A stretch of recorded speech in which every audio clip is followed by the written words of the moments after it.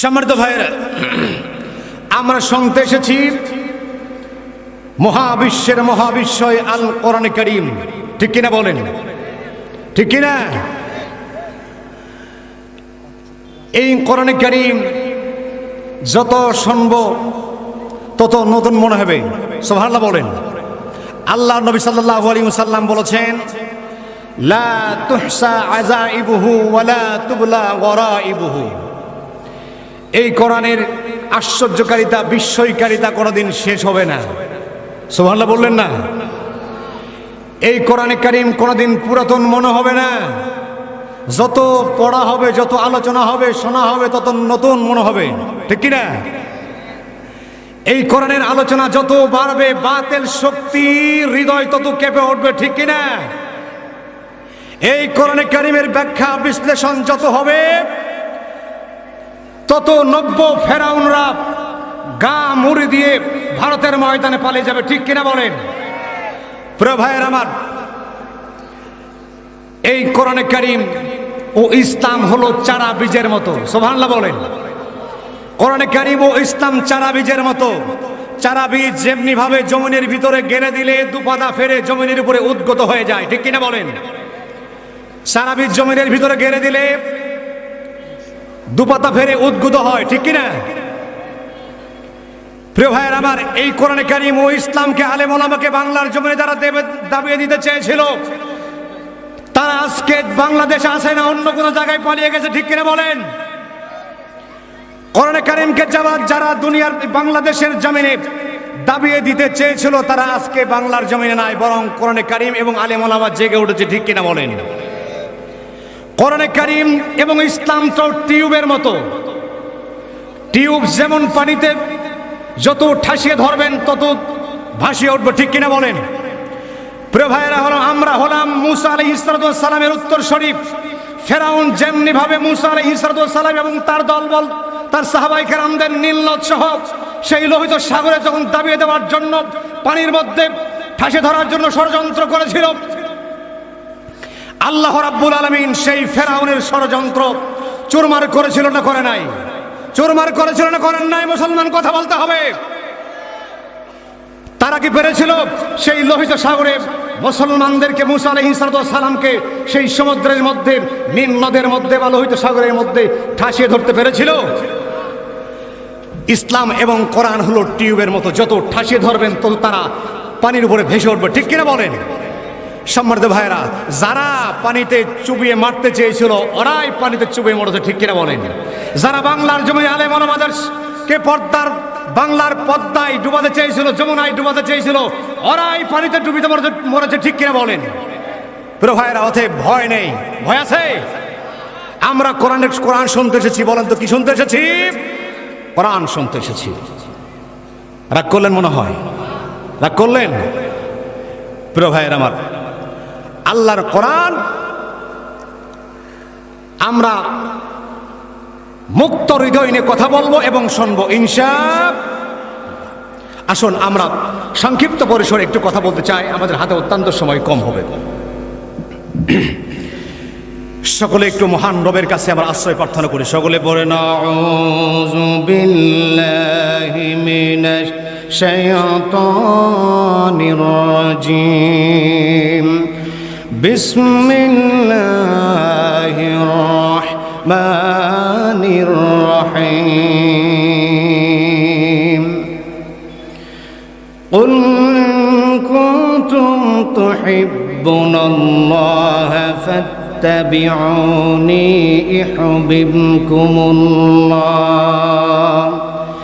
يحببكم الله ويغفر لكم ذنوبكم والله غفور رحيم।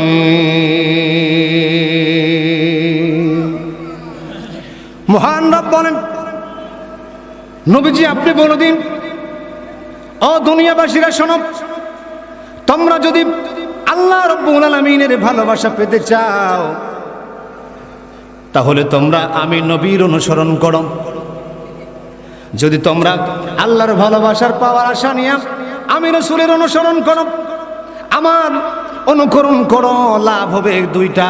কয়টা? একটু আওয়াজ দিয়ে বলে এবং কয়টা লাভ হবে? দুইটা।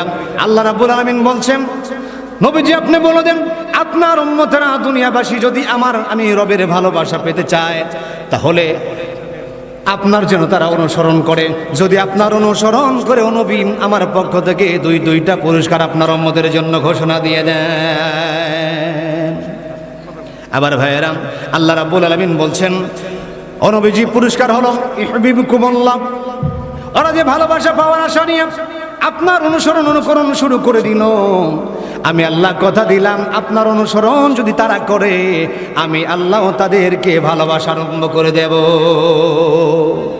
শুধু ভালোবাসাই ক্ষান্ত হব না, এতদিন ওদের মাঝে আর আমার মাঝে যে দূরত্ব ছিল, ওরা যে ভালোবাসা পাওয়ার আশা নিয়ে আপনার অনুসরণ শুরু করে দিল, এই জন্য আমি আল্লাহ ওদের জীবনের সব গুনাহরাশি মাফ করে দেব। আবার ভাইয়েরা, এই দুনিয়ায় আমরা আমাদের রব আল্লাহ রাব্বুল আলামিনের ভালোবাসা চাই কিনা? একটা আওয়াজ দিতে হবে, ভালোবাসা চাই কিনা? আমাদের মালিক আল্লাহ রাব্বুল আলামিনের ভালোবাসা চাই তো আমরা? কথা বলতে হবে, চাই কিনা বলেন? আমরা আমাদের মালিকের, আমাদের স্রষ্টা, আমাদের রবের ভালোবাসা চাই কিনা? আল্লাহ বলছেন মাত্র শর্ত দিলাম একটা। কয়টা? একটু আওয়াজ দিতে হবে, কয়টা? আমাদের রব আল্লাহ রাব্বুল আলামিন শর্ত দিলেন একটা। এই দুনিয়ায় ভালোবাসা যেখানে শর্ত আছে সেখানে, কথা বলতেছেন না কেন? ভালোবাসা আছে যেখানে শর্ত আছে, ভালোবাসা যেখানে নাই সেখানে শর্ত নাই। প্রিয় ভাইয়ের, আমার সন্তান বাবা মার কাছে বলে, আমার ছোট্ট একটা মেয়ে 4 বছর বয়স, সিরাতুল জান্নাত মার্জিয়া, ওর মাকে একদিন বলছে, মা তুমি আমাকে ভালোবাসো না? ওর মা ওরে বলছে, তুমি আমার কথা শোনো না। শর্তটা কি বলেন তো? তুমি আমার কথা শোনো না। প্রিয় ভাইয়ের আমার, স্বামী স্ত্রীর মধ্যে খুনসুটি হয়। স্বামী বলে, ও প্রাণের বিবি, ও আমার স্ত্রী, তুমি আমাকে ভালোবাসো না? স্ত্রী বলে, তুমি কি আমার কথা শোনো না? ঠিক কিনা বলেন? প্রিয় ভাইয়ের আমার, আপনি বড় নেতার কাছে যখন যাবেন, ছোট নেতা বলেন, নেতাজি আপনি আমারে পছন্দ করেন না, ভালোবাসেন না। বড় নেতা বলবে, তুমি আমার কথা শোনো না। প্রিয় ভাইয়ের আমার দেশের যুবকেও আছে, যুবতীর পিছনে ছোটে না? এ কথা বলতে হবে, ছোট কি ছোটে না? যুবকেরা যুবতীর পিছনে ছোটে, ভালোবাসার কাঙ্গাল হয়, ভালোবাসা চাই। যুবতীও দেখা যায় দিনদার যদি যুবতী হয়, যুবতীও বলবে, আমি তোমারে ভালোবাসবো, ঠিক আছে, কিন্তু শর্ত আছে। ঠিক কিনা? আমার কথা শুনতে হবে, আমি যা চামু তা দিবেন নাকি? এ কথা কর না কেন? ঠিক কিনা? প্রিয় ভাই আমার, শর্ত দেয়, যুবতী শর্ত দিল, তুমি যে বিড়ি খাওয়া ছাড়া লাগবে। কথা কন?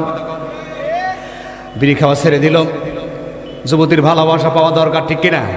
প্রিয় ভাই আমার, এইবার যুবতী বলে, বিড়ি খাওয়া ছাড়ছো, কিন্তু তোমার মাথায় আছে কি বড় বড় চুল, ওটা ছাড়া লাগবে।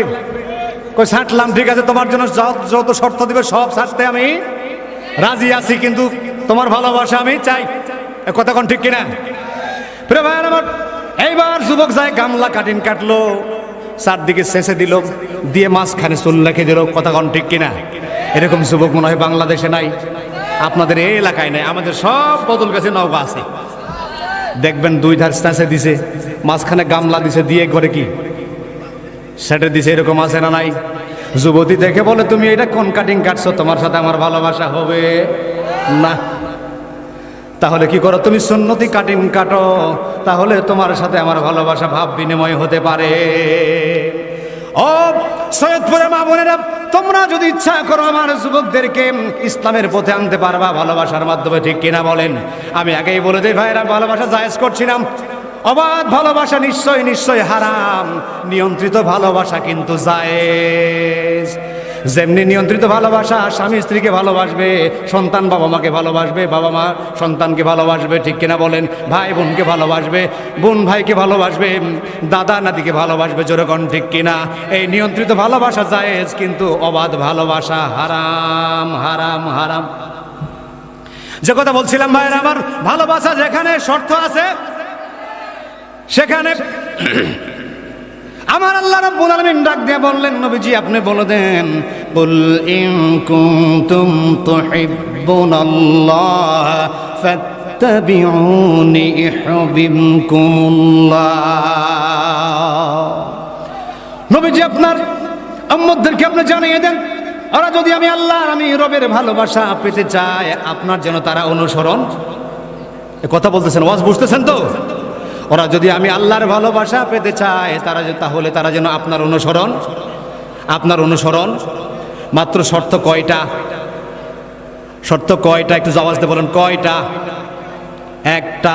আরো জোরে, কয়টা? একটা শর্ত মানতে রাজি আছেন? একটা শর্ত মানতে রাজি আছেন? কারা কারা মানতে রাজি আছেন? লিল্লাহে তাকবীর, লিল্লাহে তাকবীর, লিল্লাহে তাকবীর।